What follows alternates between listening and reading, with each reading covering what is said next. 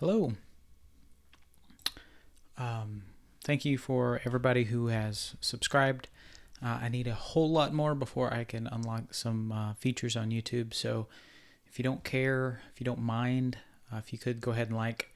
I need to get, once I get to 1,000, I'll quit bothering y'all about it. But I've got to get to 1,000 people before I can, or 1,000 accounts. So before I can unlock some of the features that I really do need. So if you can help me out there, I would be very appreciative of that. So this episode 17, is the title is going to be Familiar Words for Radical Change. This is one of the quotes, and we're almost done, folks. We've only got a few more, and we'll be finished, and I will go into the 12 rules for radicals. I think it's 12. I have to look that up. That Alinsky pushes at the end of his book. But we're on episode 17. And so without further ado, here we go. The quote today is, "The fear of change is, as discussed earlier, one of our deepest fears, and a new idea must be at least couched in the language of past ideas. Often, it must be at first diluted with the vestiges of the past." Whatever you say publicly, if you are pushing for radical change, you need to be able to make that radical change seem somehow natural and familiar to people. People naturally do not like change. If you've ever tried any kind of change in any organization, in a business, in a church, in anything, if you try to change it, there's going to be problems. And so the best way to get that done is through recalling the past. Many people have understood this through the years. Frederick Douglass. There were abolitionists in the North who would burn the Constitution. And in the beginning, he was very pro getting rid of the Constitution until he read it.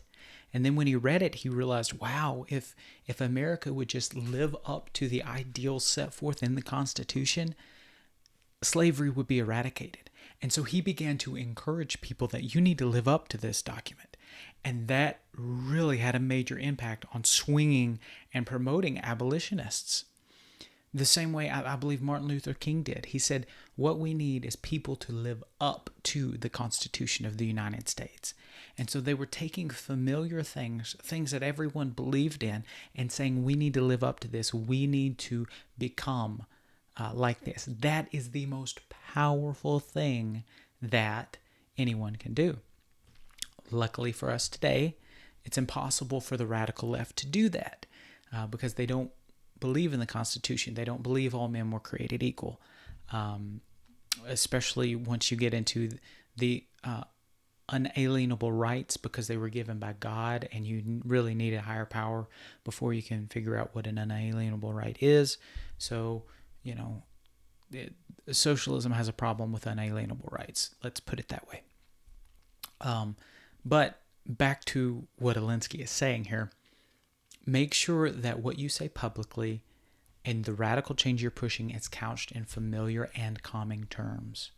Use the symbols, and the symbolic leadership is a branch of leadership in itself, but use the symbols of the past or the symbols of great importance to communicate your message through them.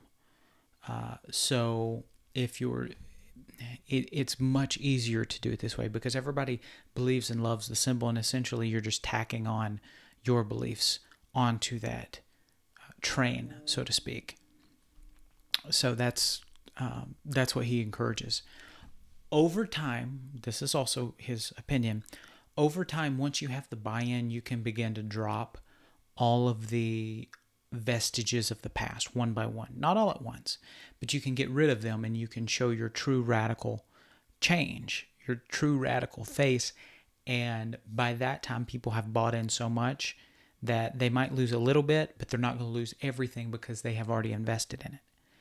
So you can dump all the old stuff you don't need in time. we do see this on the left, or we've seen this through the years.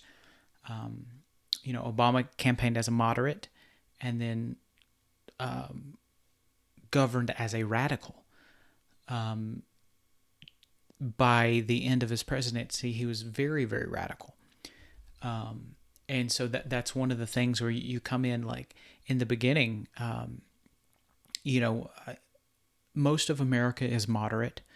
The majority of America is moderate or moderately conservative. So the United States as a whole, I know everybody wants to say that we're left center, but truth be known, we're right center. Most people on the left that I talk to are actually libertarians, and so they're actually further right than they think. And so libertarian is a kind of a nebulous term too. But so what leaders need to do is make sure that if you are pushing for any kind of radical change, that you do what you can to make people feel comfortable, because any type of new change is going to be very disturbing to people. So this is what Alinsky teaches. This is something Christians can actually use in order to enact positive change. So next time you're faced with a need for change in your community, your organization, remember, when you're framing it, when you're putting the idea out there, make sure it seems part of the tradition, part of the status quo, and people are far more likely to get on board.